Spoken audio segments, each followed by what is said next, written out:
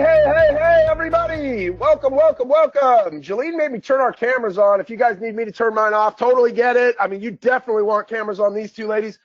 Not just because they're easy on your eyes, because they're going to bring some really great information for you guys. We'll bring them in here and introduce them in just 1 second. Jillene, Olivia, how you guys doing? Let's just do it now. Doing awesome. Yeah, Jillene? All right, guys. My name is Bob Stewart. I'm glad to have you here today. We are Brivity, and today we're Brivity VA. And our webinar today, 7 ways you can use a virtual assistant in your business. And Jillene, Alivia, we'll probably end up giving them a couple more than 7 ways, I think. Don't you guys think? Yeah. Well, Bob. Yeah. So for those of you that don't know who we have as guests today, I'm super excited. I get to talk to Ben all the time, right? I don't get to spend a lot of time with the people that actually make this giant machine work, right? And these two are, as much as anybody, the ones that make this giant machine work. And this giant machine is the Ben Kinney Real Estate Team, which, let's see, Jillene, in 2018, we were the #3 team in the United States, according to the Wall Street Journal. I don't know what's going to shake out in 2019. Do you know, kind of estimated, how many transactions did you guys do in 2019? Those numbers kind of haven't been reported publicly yet. Do you have an idea? It's certainly in the thousands, so mid 2000s. Mid 2000s. Okay. So mid 2000s, they do a lot of transactions here, and Alivia drives the transaction management process for Olivia, you kind of focus on the Washington version of the organization. What 800 or 900 transactions maybe last year, somewhere in that neighborhood, maybe more? Yeah, it's definitely really up there for the Washington teams. 800 or 900, that's a ballpark, right? It might have ended up being a little bit more than that. And we're talking managing the pendings, 800 or 900 pendings through to closing. We're talking about managing whatever it was, 500-600 listings in this market, right? And you got, Alivia doesn't do that all with those big muscles and her really fast keystrokes, right? It takes a lot of leverage. The thing that we've been able to do over the years, or Jillene, you guys have been able to do over the years, is keep your people costs reduced, right? A lot of teams will go out and kind of that second hire, and Ben got lucky with his first hire, Jillene, and I think you'll tell the story maybe of getting lucky with your first VA hire, right? Ben got lucky with his first hire being you, but the MREA model would say the next thing you do after that first admin hire is you hire a second admin, and you guys went a little bit different way. So maybe talk to me. Before we get in here and get to the 7 things, I want to kind of set the framework for people. Let's talk a little bit about when are you ready to have a virtual assistant in your business? Kind of what systems and processes do you need to have? Let's kind of unwrap that a little bit. So, Jillene, as you guys went out and it was you and Ben and you went to make that first VA hire, kind of what should people be looking for if they're in that position? I think a lot of people on this call today are probably in that, there's some people that are in the, I have a VA, I'm just not sure how to keep them busy the whole time, and we'll get into that in here in a little bit. But if there's people on here that are thinking should I be going to get a VA or not, try to put me back in your mindset and what you guys were thinking back then as you went to make that first VA hire. Sure. So I was Ben Kinney's hire 14 years ago, and then our second hire was a virtual assistant, right? And Gary Keller would say to always lead with revenue before hiring staff. And right now, when we work with coaching people through Say Forward Coaching and we're working on their profitability, we look at whether or not they're leading with revenue and can make that higher. The wonderful thing about a virtual assistant is that they can be a lot more affordable than an in-house staff and can be just effective at the same time. So Ben and I knew that, if our budget was limited to this, why not try virtual assistants? Because that was going to be leverage for us to get to the next level in our businesses. So that's what we could afford. That's what we did. And that was our second hire after me. And we did get really lucky. Her name is Era, and she's been with us ever since. Since we hired her, we have hired probably dozens of VAs since then. And not all of them did we get so lucky. However, it taught Alivia and I and other people in our organization so much about how to hire a VA and taking them through that process. And now we're in a really great place. I would say it took us a while to get here. So Bob, as we go into the next question, I just want to say I'm really excited to share some of the things that we've learned over the last 14 years, because a lot of it was really just trial and error. But what I would say is, if you've got you're leading with revenue and you actually want to grow and scale your business, hire a virtual assistant. So if those two things line up and you want to take your business to the next level, you should hire a VA. Now, I kind of compare this to like someone who goes into their day and they do all of this heavy lifting. Like, I actually love weightlifting at the gym, so this is a fun analogy, but you're lifting all these really, really heavy weights every day and you're doing it by yourself, and it can just wear you out, right? You get to the end of the day and you're like, I'm tired. Like, that was a long day. I did it all by myself. I lifted all that heavy stuff. So leverage is going to lighten that load for us.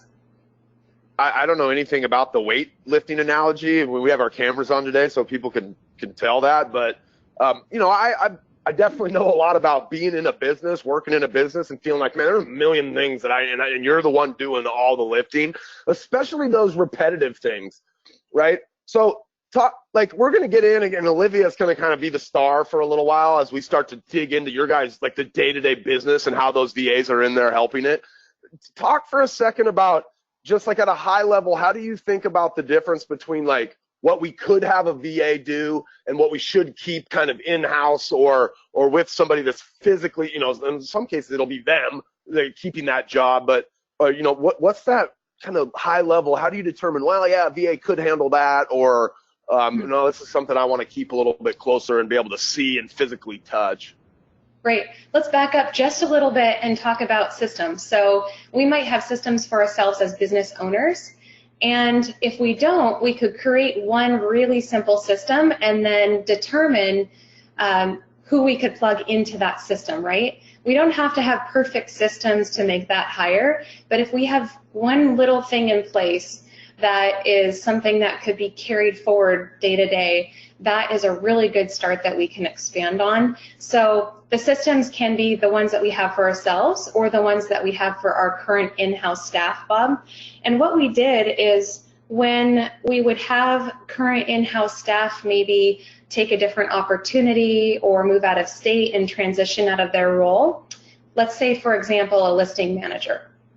Listing manager is transitioning out of their role, they're, you know, moving to Minnesota or whatever it is, and we're deciding whether or not we're going to hire an in-house staff or hire a virtual assistant.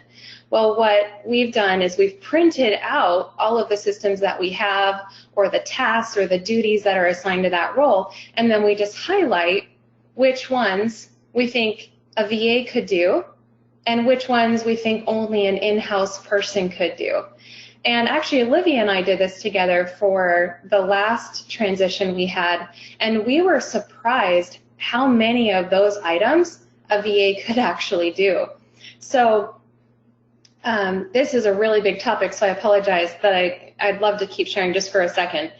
Yeah, so please.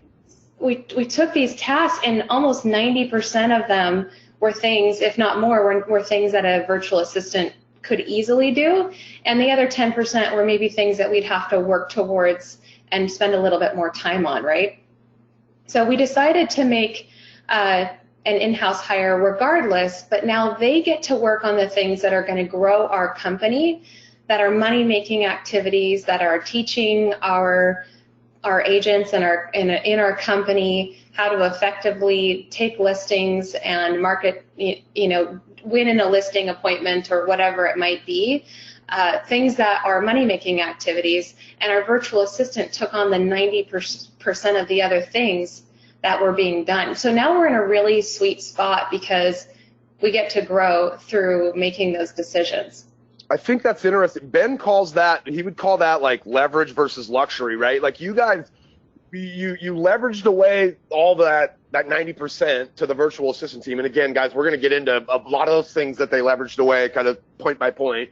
But, and then that time your people got back, it wasn't luxury time to like go, you know, you like to boat, Jillene, but you weren't out there spending a bunch of extra time out boating right around the sounds of Washington. Like you guys then invested that time back into things that were going to grow the business, getting your more of your agents to nail the listing presentation or whatever those things are, right? So, so if any of you guys are on this call, like thinking, oh, I'm going to get a VA and I'm going to have all this leverage and it's going to be like free time to, like, that's not really the idea, right? The idea is you're getting your time back, and some of that time gets put to your family, Jillene, right? You've got young kids now that I'm sure some of that time goes towards, but the leverage part is because you then, you know, like apply back to the business, right? Absolutely. You can put that, if you have an in-house person and you leverage 90% of their duties to a VA, imagine what you could do with their time to help grow your business and what that would do in turn for your time. Because those activities that she's doing, like you said, Bob, I might have been doing, or Olivia might have been doing, and it could free up both of our time to help grow the business. So you, I think so I've had a virtual assistant in my world. I've had 3 of them. They've been with me for basically since I started with Ben. It was one of the first things that he kind of said, let's figure out how we get you some help and get some of that, really the repetitive tasks, right, off your plate. So I've had Noelle, Cherie, and Karen have been with me for going on 4 years. And in the beginning, I think I had this mental roadblock that was, well, they're not going to do it as good as me, right? And it's the funny thing is, I know now, Jillene, like Noelle, I think actually writes better like emails in English than I do, right? And he's not like he's Filipino and English is his second language, and he still writes better than me. And I would put him on the phone with anybody as well. Did you have that where you were like a little bit hesitant to give up stuff because you thought, I don't know if they understand our business or if they'll be able to comprehend this, or maybe I'm just an asshole. I don't know. For sure. It was really hard for me to relinquish control in the beginning, and so many business owners are actually control freaks. They don't want to trust these people who they've never met to help them execute on these things. So it certainly takes like making a leap of faith, right, and instilling some trust, but it also takes setting that VA up for success. And I think Alivia will talk a lot about how to set up your VA for success so that we're not just saying, okay, I've got my VA in place, now I'm going to set it and forget it. And that is what I've seen sets most people up for failure in this leverage process through virtual. So, and is that because they bring a VA into their business before they're ready for it, or before they have like real systems and models kind of detailed out, or like why do you think that why does that happen? Or is it just a lack of leadership? I think it's actually a lack of education. I don't think people really understand what it takes to hire VAs and not be a successful pillar of your business. And that's what I'm hoping this call will help set people up for, is that they have the education to go out and do it effectively. Because, again, we can't set it and forget it. There's a lot of things that we have to do to set it up for success, and does require ongoing investment in time. So we'll talk about that a little bit more now. But Bob, it's like so much easier today to hire a virtual assistant because most people on this call have Brivity than it was before. Because before, my VAs were logging into like 10 different places to do all these different things, and the passwords were changing, and you know, it was just a nightmare of like them logging into Excel sheets, and then you know, all of the past CRMs and that didn't have what Brivity has.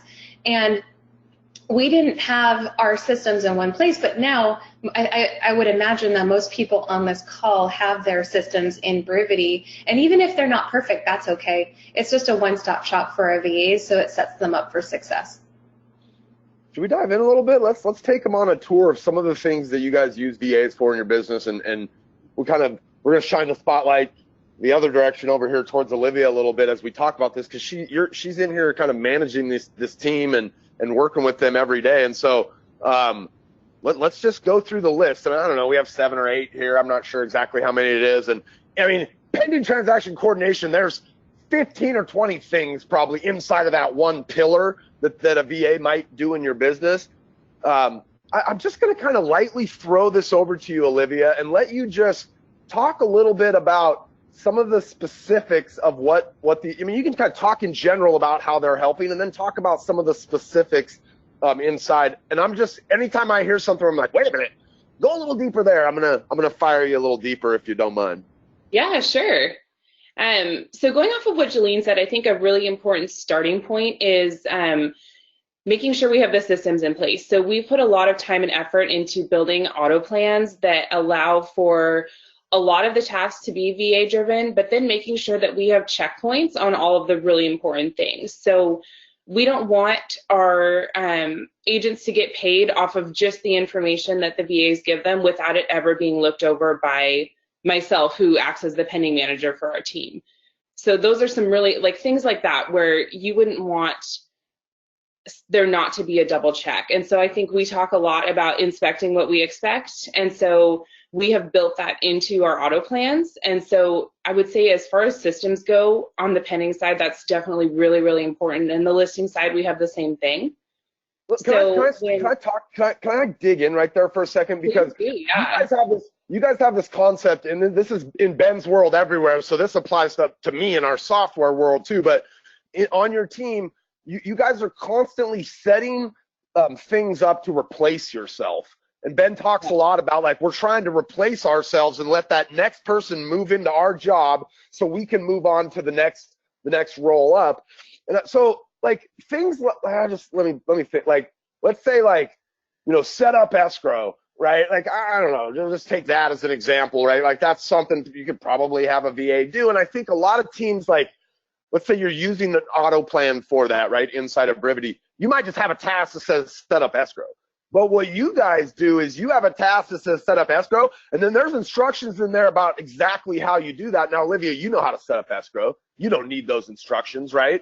But the next person that comes along who's trying to replace you, or you're trying to bring in, or that VA, right, they need those instructions. So you've spent a lot of time, right, kind of detailing out each of these steps and kind of even having the instructions of, like, where do I go and what's the login and how do I do that thing, right?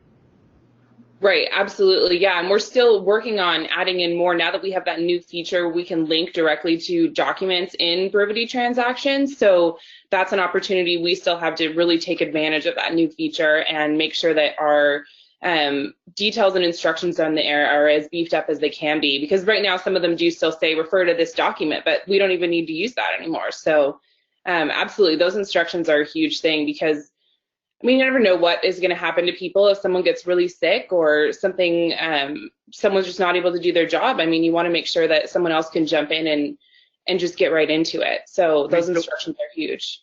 Jillene, last year, like, we lost a major cog in your team, right? Her dad was sick, and she had, right, like, and look, there was some bumps making that transition away from her, right? But we were able to do it because everything was kind of laid out. And that next person that stepped into the role, they might have had to come to you and ask a few questions here and there, but they weren't starting from scratch. Right. And Bob, the one thing I want to be really careful of for our audience is that they don't feel like they have to have all of the systems in place that we're sharing in order to hire a VA. Mm-hmm. All we need is one, right? I mean, you already have Brivity, so that actually is the one, right? So I want to just make that clear to the audience, because we all have to start somewhere. But what we did is, with every employee transition, we were able to make our systems better. And so every time an employee transitioned, we'd stop and we'd go look at all of their activities that they were doing, and we'd fill in gaps. And during that period of time, sure, it was painful, Bob, but each time it just helped us grow, so that when Alivia stepped into the role, there was already some pretty great systems in place, and now she's just making them better. And leveraging virtual assistants so that she has the time to make them better. Yeah, I mean, that's the big part, right? Like, it's working on the business versus in the business, which is kind of cliche at this point, but it's so true. Otherwise, Olivia's just doing all that stuff versus being able to make it better. And that's a great point. Okay, Alivia, on pending transaction, give me a checklist of some of the things, as you guys are managing a pending transaction, that your VAs are actually doing as opposed to you guys in-house. And you know, Bob, what's funny about that question, it would actually be easier for me to give you the opposite, because our VAs do so much during the pending transaction that it's definitely a much shorter list of what I actually do. But I will kind of lead you through just some general things that'll give everyone a good idea of what's going on. So our VAs, basically, we set up an email address for them just to ensure that all of our communication is in the same place. Again, a spot to inspect what we're expecting from them.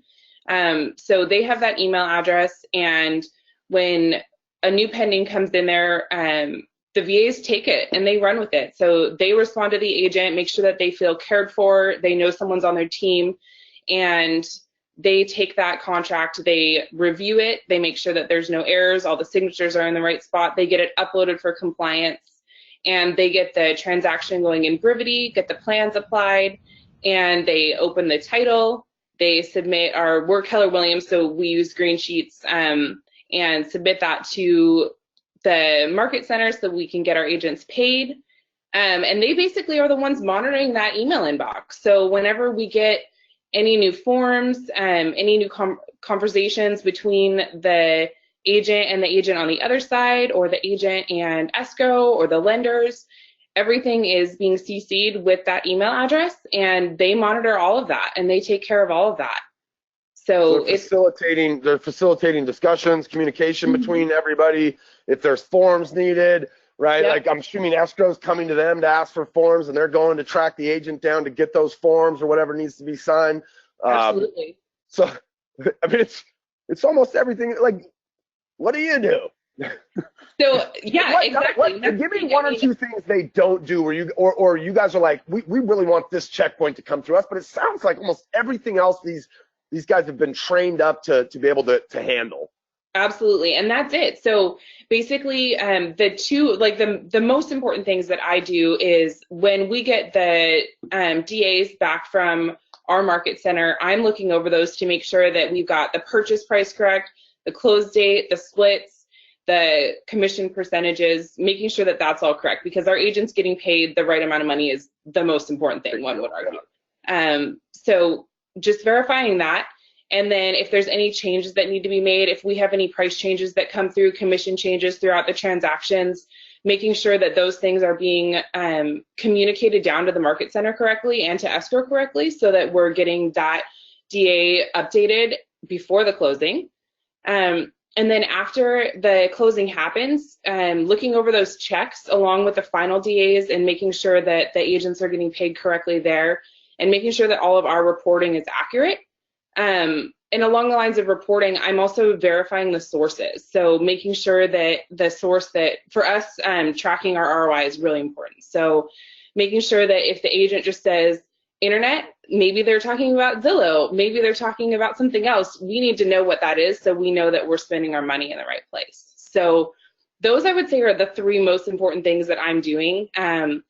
There's times when they get overwhelmed, or when one of them is sick or on vacation, and I will jump in and help them in that case. But those are the three main things that are solely my responsibility. I was looking at a bunch of your guys' transactions the other day. I don't know, in the last week or two, you must have had somebody sick. I saw you jumping in on a few things where I was like, I was trying to get a sense for what you do versus what they do. And I was in there looking, I'm like, that can't be. And then I went back to some previous ones, and I'm like, okay, Alivia wasn't doing that on those ones. So I can see where you would kind of come into the business and help at that, that tactical level and actually kind of getting checks done, right? Right. And this is a great question here. Where if you're the manager, you have to, and it's ultimately your responsibility. So if someone is not able to do something, I will jump in. But I mean, they take it and they run with it, and they're, for the most part, very, very accurate. Bob, can I share something real quick? Yeah, absolutely. So I think one of the myths is that we don't need to know the topics that we are offloading to our VAs, or the activities that we're offloading to our VAs. And what Alivia is saying really demonstrates that she's taking the time to learn everything that she's asking her virtual assistants to do before she is asking them to do it. Yeah. Right? I mean, it's hard to inspect what you expect if you don't even know, right? Yeah, if you don't know what to look for. It's a lot of business owners who may not have a director of operations like Alivia or whatever it is, that they will have to slow down their time just for the moment to learn those things so that they can effectively then give that to the VA unless they have other leverage. I know Brivity VA does offer a ton of training, so I know that there's a lot of things that can be trained on, but it's always been my personal leadership style to understand what I'm asking all staff to do in every department. I couldn't agree more, by the way. But Matthew has an interesting question. Do your VAs have client contact? Do they contact your buyers and sellers ever, or no? No, so they actually were, and we've changed that to be, there was like one email that went out at the end that was from a virtual assistant, and that actually comes out from me now, but we've worked that into our auto plan, so it's now an automated email. But no, as of now, our client contact has been mostly with our agents, and then our in-house pending manager and listing manager do a little bit of that as well. Got it. So that would be you kind of stepping in if they say, hey, we need to get something from the client, you would step in and go get that from the client, or you guys would put that on the agent to go get. Mm-hmm.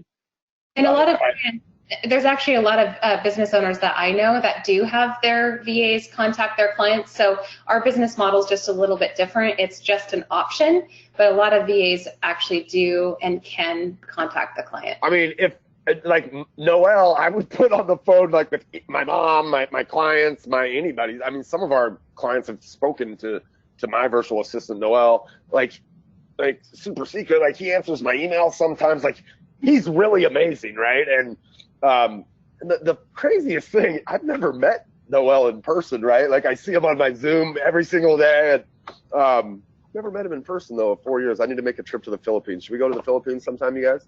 Now's not a good time. Not now. No, yeah, not right now. They have, yeah. We definitely want to keep them in our thoughts and prayers because they're experiencing a pretty big eruption there, and it's causing lots of air quality issues, and people are being evacuated. So we want to keep them in our thoughts. Yeah. Seriously, like, I love my VAs. Still showing up every day. All right, let's marketing listings online. So you guys have a whole set of kind of ways that you go out and you put stuff on, Facebook and Instagram and Craigslist, and you make sure it's updated in the KWLS, and your virtual assistants basically take care of this for you, right? Yeah, that's right. So they're doing all of that. I think that one thing, as Jillene was talking about, when we went through a staffing transition and kind of went through what things a VA could be doing and what things we'd need someone in-house to be doing, one thing that took a lot of time that someone in-house was doing was inputting our listings into the MLS. And it's a pretty time-consuming task, and there's a lot of different pieces to it. And so what we've now moved to is the VAs do that, and then we just have our listing manager review it. And so they're inputting in all these places. We've created the systems where they know exactly what things to post on Facebook. They know what words we want them to use. We have Canva templates set up so they know they just drop the stuff in. There's no room for them to have to come up with these things on their own. They're just doing the legwork to put it in. So I think that's something like, I know with social media and marketing, it's something that takes a lot of time, but it's such a simple task. And so I would think for someone who is just trying to get a VA to do something, this would be a really great, like, easy thing for them to do. And if you just go into Canva and create a free account and create some templates, and then just show your VA, like, okay, this is where the front of the house goes, this is where the price goes, and the address and the agent name and contact info, and they can just set that up. And also, if you let them know the hashtags you want them to use for Instagram, that's important too, because they don't always understand like what people are using over here. And so we just have a whole list of hashtags depending on what they're posting, and that just makes it really easy for them. It's just kind of a copy paste thing. You said Canva, or Canva, you guys. If you're not familiar with Canva, it's a pretty easy kind of photo editing. You can make flyers, and Instagram, they've got stuff where it's like, because Facebook's got certain dimensions and Instagram's got certain dimensions, right? So they go in and can create the, basically the marketing collateral for these things, and then they go post it out there. Here, I don't know if I'm supposed to talk about this stuff. Like, I think Ben should know that if he tells me things, like there's a 50% chance I might just share it somewhere. So we might have a tool very similar to Canva in the not too distant future on Brivity. So you can't not have these things today. So if you don't have them, Canva's a place, but maybe in the not too distant future, Brivity will have something very similar where you can have templates and make it really easy for people to be able to create this, this collateral. And that kind of brings me to, maybe I should have done these out of order. they're creating that collateral that they then go and post online, right? So, but they're doing other things. You know, they're making flyers for an agent if they're out in an open house. We don't do flyers out on our signs anymore because we use Quickly, but you know, they do a lot of this other kind of collateral and make sure things are sized up right. But like you said, you guys are kind of giving them just the templates to do this, and they just move through on whatever the fill in the blanks are, right? Yeah, absolutely. And if there's ever a point where there was one where Jillene and I were like, we don't really like how this looks, so we just went in and created a new one, and we're like, okay, start using this one now. So yeah, they're very adaptable when we want to make changes. They know what the important information is that needs to go on there, and we just kind of have to show them where to put it and how we like it to look.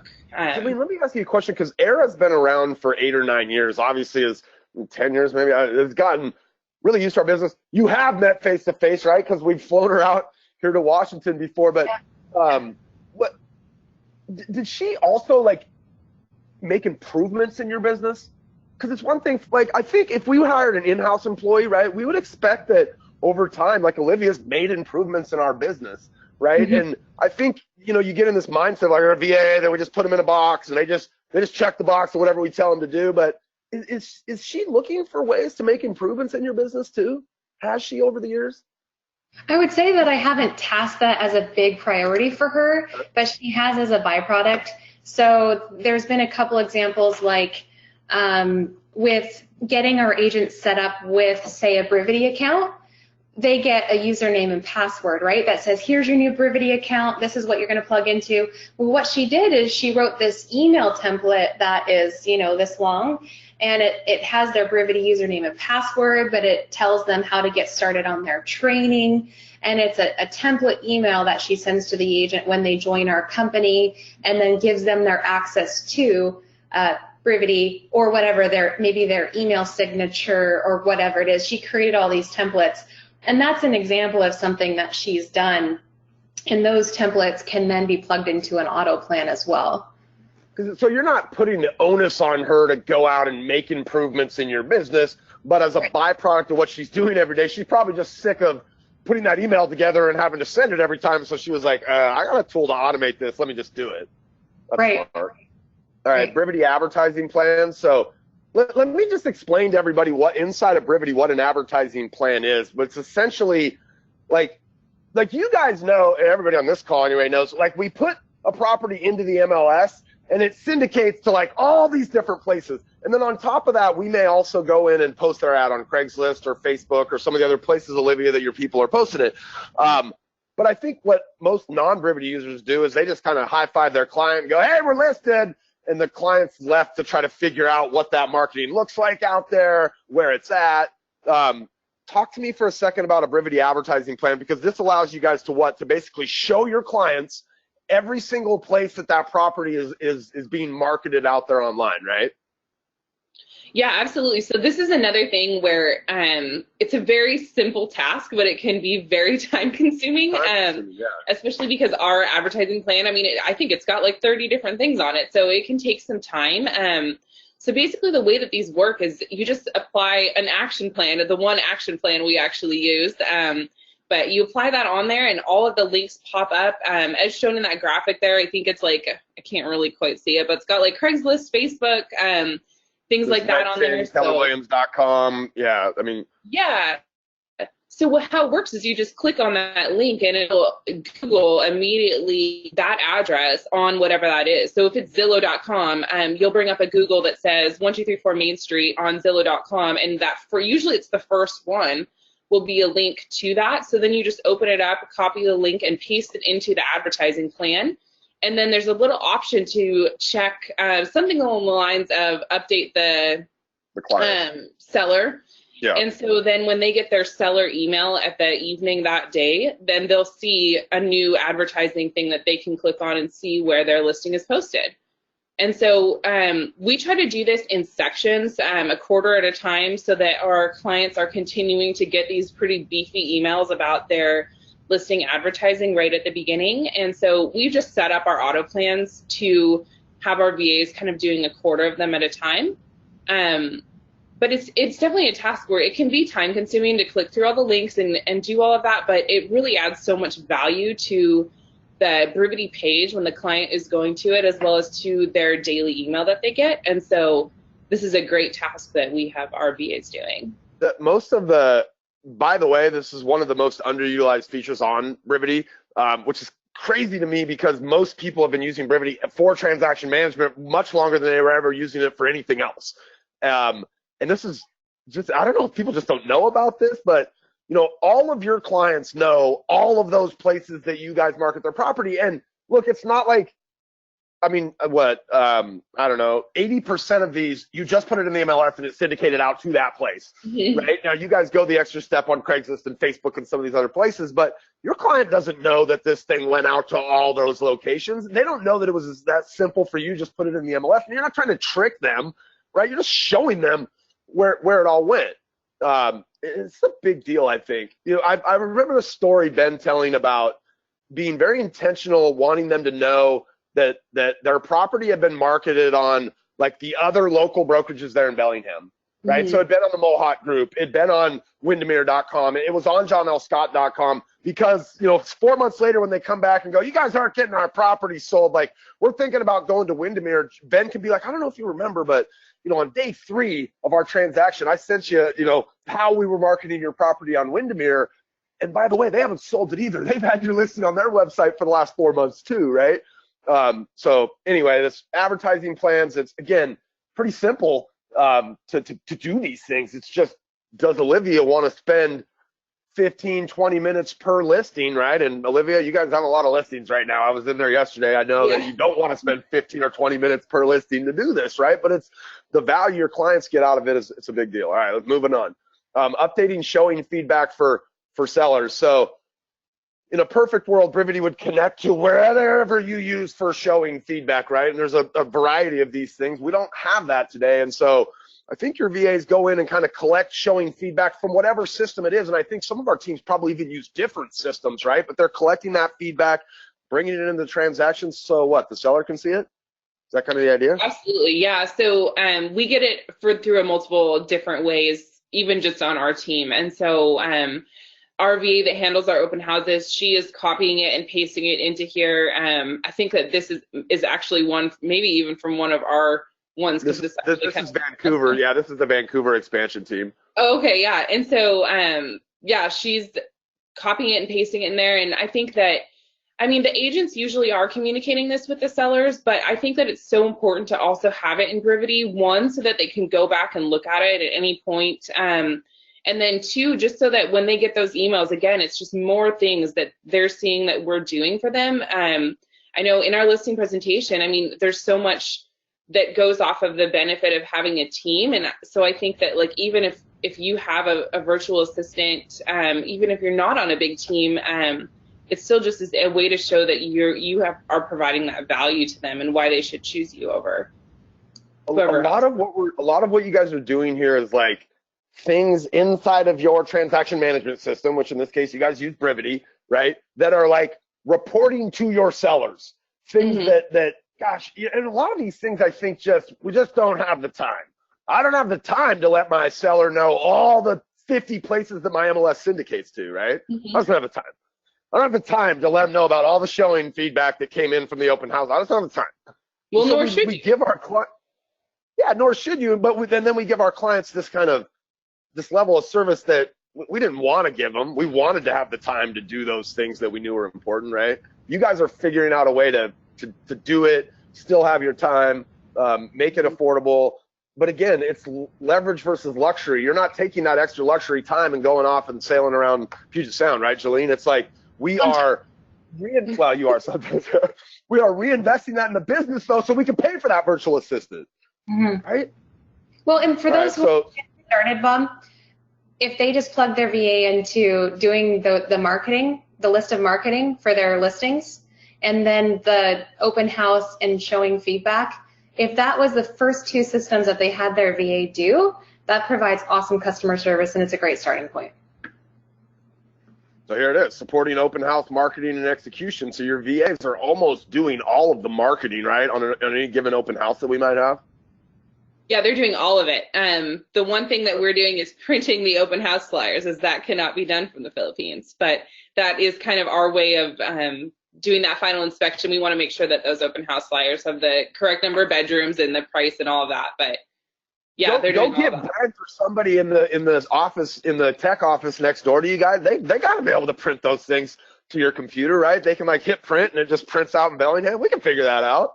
I'm sure you probably could. I don't doubt it. But I think it is a great opportunity for us to have that final look over, though.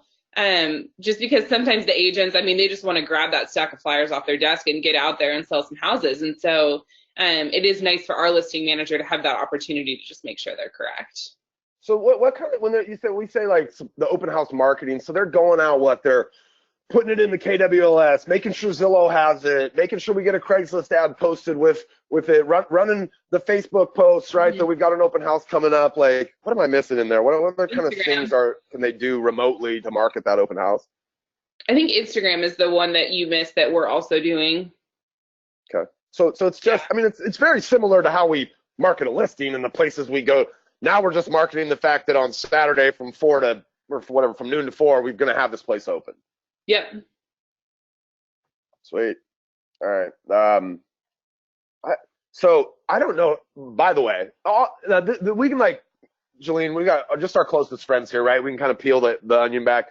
Our teams operate a little bit different. Like, not every single one of our 26 teams operates exactly the same way, right? We've got definitely some systems and models, and then we give our teams flexibility. I don't think all of our teams use Ben Verified with their VAs, and I don't know if you guys do. I know my mom does. I actually kind of snuck this one in here on you guys. Does your VAs, they don't work as much on kind of the agent lead conversion side of the business, right? In Bellingham anyway? Not at the moment. We have in the past, but right now we actually have interns doing a lot of this. So they actually come into Brivity and they take the ones like home valuation leads that don't have full contact information, and they're the ones going on to Ben Verified and plugging in data. Okay, so Ben Verified, you guys, is it's kind of this really scary data lookup place where you can go like learn everything you'd ever want to know about Alivia or Jillene or me, probably. Actually, I know me because I've looked myself up, and I'm like, how did they know that? I don't even remember that email address from college. Like, that's kind of weird. But we get a lot of leads, and we also have contacts in our world, right? Where it's like, oh, I've got my aunt's phone number and address. I just don't have her email at, like, so any like leads or contact records, your VAs can go in. So I know, like, my mom, she runs the Ben Kinney expansion team in Tacoma, Washington. Her VA, like, every day when they get new leads, they're going, because they get quickly leads where they just have a cell phone number, right? They get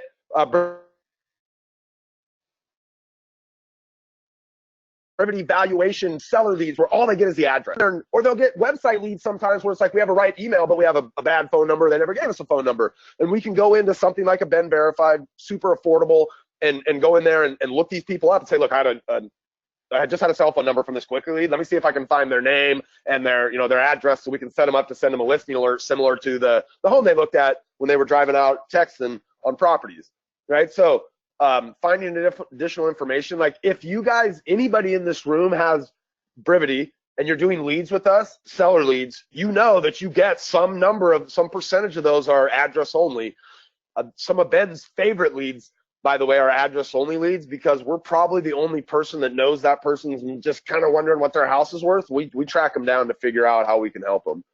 And then this last one, when we were talking about this one, I think Alivia said, our VAs don't do this. And Alivia, that's kind of part true. I actually run a VA team that has done this for you guys. And so we'll go in and kind of catch you guys up when our agents get behind. On your team, your agents are responsible for setting up the listing alert or setting up the market report when they get a new lead.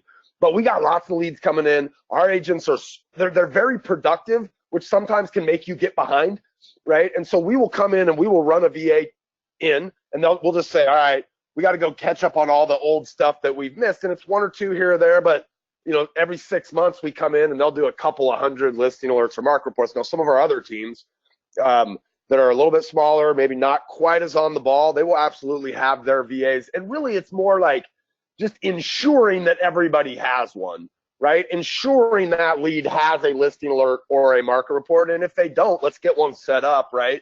But they become kind of a backstop for our agents. Jillene, you have anything to add there? Or?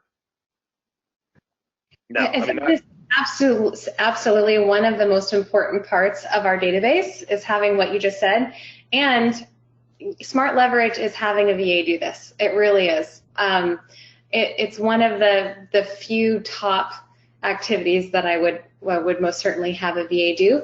If anything, that they can inspect and help fill in those gaps and help train on it, right?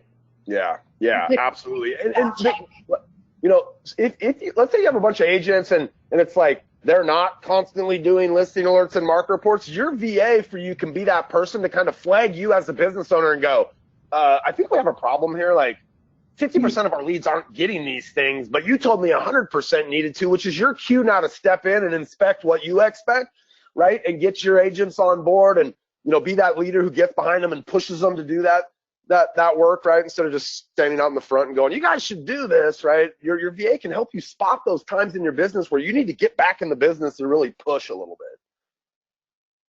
bit. All right, so those are our 7, 8 things. I mean, there was probably 7 or 8 just in transaction management itself. Do you guys, can we answer some questions now? We want to take some questions from the audience here. Yeah, Jason says, Brivity did my market reports worth every dime. So we do have a service where we'll actually set up your market reports or your listing alerts for you. It's called our white glove service. If you guys wanted to reach out to us, Jason said it was worth every dime that he spent. Thanks, Jason. I'm glad that worked out for you. That's awesome.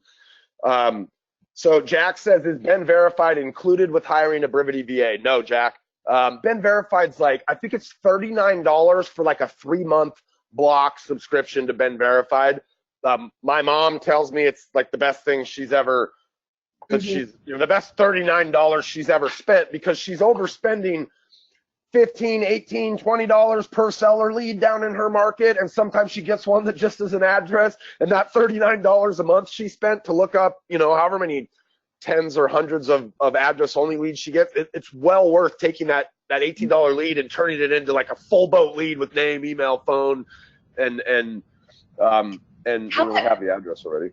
How that breaks down for us is that, you know, we have, right now we're having an intern do it, but we could certainly have a VA do it, where they go in into Brivity and they find the ones that need contact information filled in. Then they get that information from Ben Verified, plug it into Brivity, and then they alert our inside sales associate and say, hey, this one's ready to call. So they send a ping to that ISA that says, hey, we got contact info, it's go time. So that's our system right now for that, and it's working out really well. We're converting more home valuation appointments than we have to date using Brivity to generate those seller leads. Sweet. We just needed a solid, simple system behind it, and we finally have that in place, so it's been really great. Yeah. Jenny want to take it back to the beginning. This is a great question. She says, how do you do a really great interview with someone virtually? Do you have thoughts on that, Jillene and Olivia? You guys have both, I'm sure, interviewed a number of the VAs that have come into your guys' world. Jillene, for you, over 10 years. Like, do you have thoughts on how you do a great interview with someone virtually? Yeah, absolutely. I think Brivity VA is going to offer a lot of VAs that already have experience in Brivity. And in the past, we never had access to those, right, prior to Brivity VA. Now that Brivity VA has those in place, I think that's going to take a lot of the necessity of like that in-depth interview process off a little bit. But a couple of things I look for is I ask them a little bit, one of the filtering questions is I ask them about how often they speak English, how often they write English, and how often they do both of those things outside of their job. So I find that if VAs have organizations or clubs or social groups where they're actually speaking English, they tend to be better writers and better communicators. So that's just one tip that I have. And Alivia, I know, has quite a bit to offer on this topic as well. Yeah, I have not yet interviewed one because I have just been here for 6 months. But I think that a big thing for what our VAs, if I was to interview one, I would say examples of attention to detail is probably the #1 thing I would ask about, because the things that we have our VAs doing are so detail oriented, and it's really important that they are able to go through and input something. I know that there's some hiring tools you can use where you have just like really easy little tests that you give people. We do this with our internal in-house candidates as well, just to see like, can you even pass that just by the attention to detail that you're using? And so I would say using a tool like that would be really helpful. That would be probably the #1 thing for me, in addition to being able to speak and write English, of course. I've done, I don't know, 15 or 20, somewhere in that range, VA interviews where you're doing them on a Zoom call, right? And they're in the Philippines. You know, I always ask, and I would ask, like, what gets you up in the morning? Why do you come to work, right? Like, what's your why? Like, I want to know that these people have a vested interest in having to be there each day because they are working for something, right? And a lot of times it's their family and they've got kids or whatever. But I just want to know that I got somebody that's like that has a why, and that's a question that we're trying to get to the bottom of in an in-house hire that we would make where they're here with us as well. The other thing, Jenny, that I'm concerned about, and this is only because of experience, is what is their computer. Right, so I'll ask them questions like, tell me a little bit about your computer setup. Do they have the actual physical tool they need to work in my business that's up to par? What's their internet plan? What's their backup plan if their internet goes down because they have the occasional typhoon or something that'll knock power out? And there's a lot of them will have generators, or there's internet cafes they can go to. So that's another kind of aspect that, and those are actually questions that when I didn't ask those in the beginning because I didn't know any better. But once I had Noel in my world, and then we went out to hire our next set of VAs, those were questions that Noel helped me form because he's there and he knows that like it's important, right? So the cool thing is if you go through Brivity VA, we will help you along in that hiring process, and you're actually getting the people that you get to interview are vetted already. Now, Jenny, if you go out and you're just using Fiverr or Uproar or one of these places out there. They're not necessarily vetted. Like our Brivity VAs we've vetted them. They've also been trained before you ever get a chance to interview them, bring them into your business. They're being trained on how to use Brivity. Now, they're not being trained on your systems and models in your business, but they'll know how an auto plan works. They'll know how a listing alert and a market report work. They'll know kind of the basics of Brivity. Your systems you'll have to train to, but so what training can I get so when it's time for me to hire a VA to use Brivity, it's to its fullest capability, and I know the VA's using it properly? We've got all kinds of training options on Brivity. We've got like courses that you can take. We've got daily webinars every day. We're doing some different kind of a live webinar where you can get in and take the training with the agents. Here's use it. Then use it some more, then use it some more. And then when you have a question, reach out to our support and say, I don't understand this thing. How do I use that thing? And then use it some more. I think any software, Ben says that we complicate things to justify our inaction. And so we think, it's complicated. I got to know every single little corner of Brivity before I hire a VA because I can't train them on that unless I know all the corners. Okay, fine. Maybe just start using it, right? And then you start to figure out stuff. And the more you use it, you're eventually going to get to all the corners. But if you complicate that thing and say, well, I got to have A, B, C, D, E, F, G, H before I go out and bring leverage into, you'll never get there. Right, Jillene? Like, I'm not missing it, am I? No, you're right on point. Yeah, we look for all these 10 reasons why we won't do it instead of just being like you said earlier, Jillene, like I have 1 or 2 systems and models that I could plug that virtual assistant into. And look, I always encourage, try to create a good problem in your business, and a good problem could be that you have a great VA and you got to figure out how to fill their time and how to get them set up on the right systems. That's actually a good problem. You'll figure the rest out. There's enough resources. So Suzanne says it's not. So Brivity VA is a monthly. You're hiring that virtual assistant to work in your business for 40 hours a week, throughout the course of a month. We don't have any kind of part-time options right now. We do have our white glove team, which if you needed just some help getting your listing alerts or your market reports set up, or you need some help getting some auto plans set up, our white glove team can help on just kind of project-based stuff. But it's not like they would come in and help you manage 5 transactions and then leave. We're talking stuff like listing alerts and market reports, kind of setup type of stuff inside of Brivity. So that's kind of how it works, Suzanne. Listen, if anybody has, here's the deal, okay? There's many hundreds of you guys on this call right now. This is first come, first serve. And we don't have an unlimited number of Brivity VAs sitting on the sidelines right now waiting to go into people's business, okay? We source these people and we train them, and we're already just slightly kind of overbooked, right? We're still sourcing more and getting them trained, and somebody that ordered today isn't going to get a Brivity VA tomorrow. So I would say if you are interested in this, you're interested in the pricing, and guys, it's almost laughable. Like the pricing is amazing, okay? And you guys get a little bit of a discount even if you're a Brivity platform client. You get a little bit more than if somebody just kind of came off the street. And here's the reality today. I don't even know if we're taking orders from people off the street because we've got so many Brivity customer orders to fill here. It's first come, first serve. So get in line. Go talk to Bryce or Greg. Those are the two folks that run our Brivity VA service, and it'll get you set up. You can just go to brivityva.com. I think you can request a consultation on there. And listen, it's a really nominal, or $250 or $300 or something to reserve that VA. And you could then say, God, they might give you 3 weeks or 2 or 3 weeks to get your crap in order, right? And be like, okay, I've got a system now for how we're going to do market reports. I've got an open house system, and that's enough, right, to get that VA started. But you'll have a couple of weeks to get it, because Bryce could correct me if I'm wrong, and he's on here answering questions. I think we're not going to be able to turn you a VA tomorrow. So I'll keep – you guys have you got the last 4 minutes here, Jillene? Yeah, absolutely. Cool.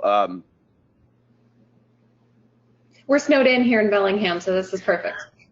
We're snowed in here too. My kids are upstairs, and there's not even that much snow here. And I don't know. In Seattle, when it like sprinkles snow, the whole city shuts down. Everybody goes to Home Depot and clears out all the heaters. It's crazy. Like it's crazy. Or the grocery store because they think they might run out of food. Yeah. Yeah. So Randy, he said, do you have hooking up with the brivityva.com? That's where you want to go, Randy. You can get a consultation there.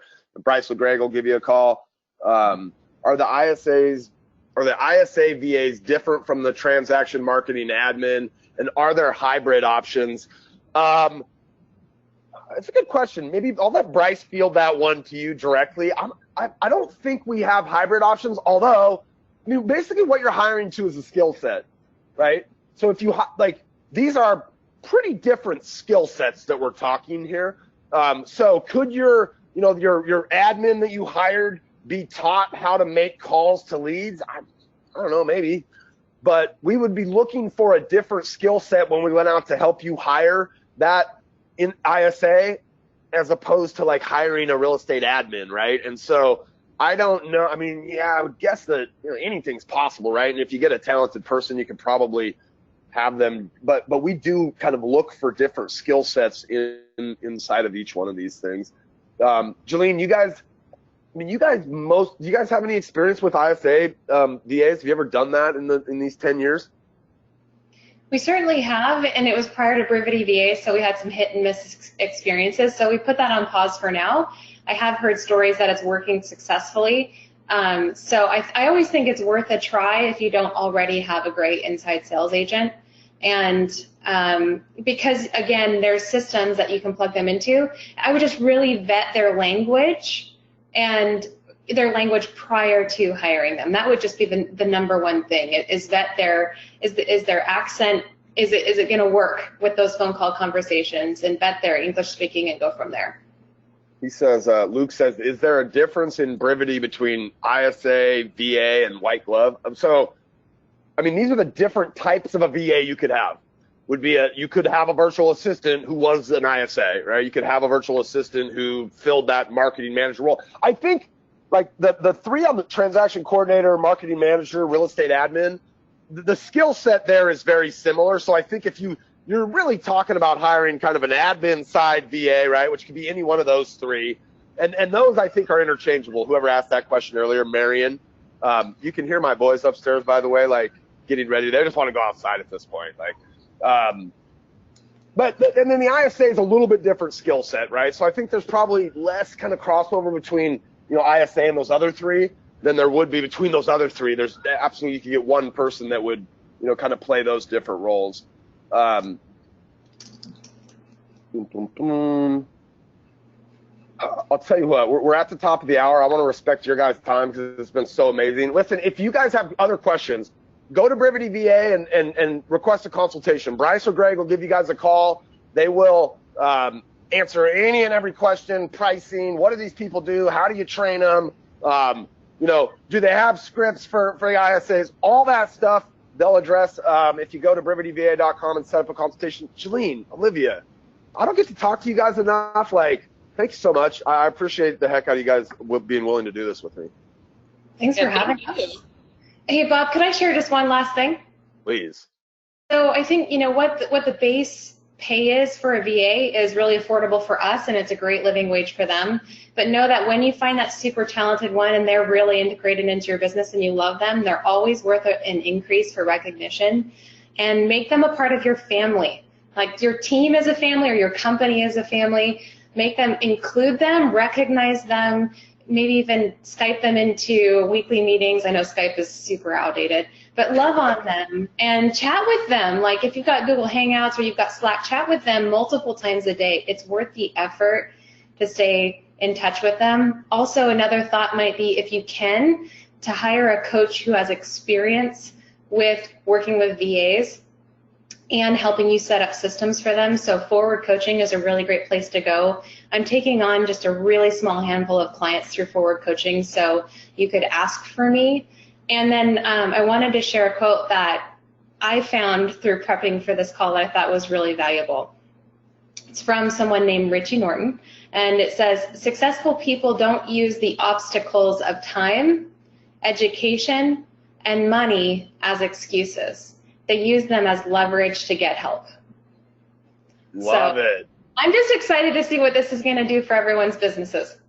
Oh, all right. Well, you guys go back. Have an awesome day. Check out brivityva.com. I got to run. My boys are about to blow the roof off of this house. We'll get them out in the snow for 15 minutes. Let them shake it off. Jillene, thank you so much. Olivia, you're amazing. You guys, we'll talk to you guys later. My name is Bob Stewart on behalf of all these people here on the call and all those folks behind the, hey, Chase, how you doing, bud? All right. We'll talk to you guys later. Have a great day. Bye, Jillene. Bye, Olivia. Bye. Bye. Chase says bye.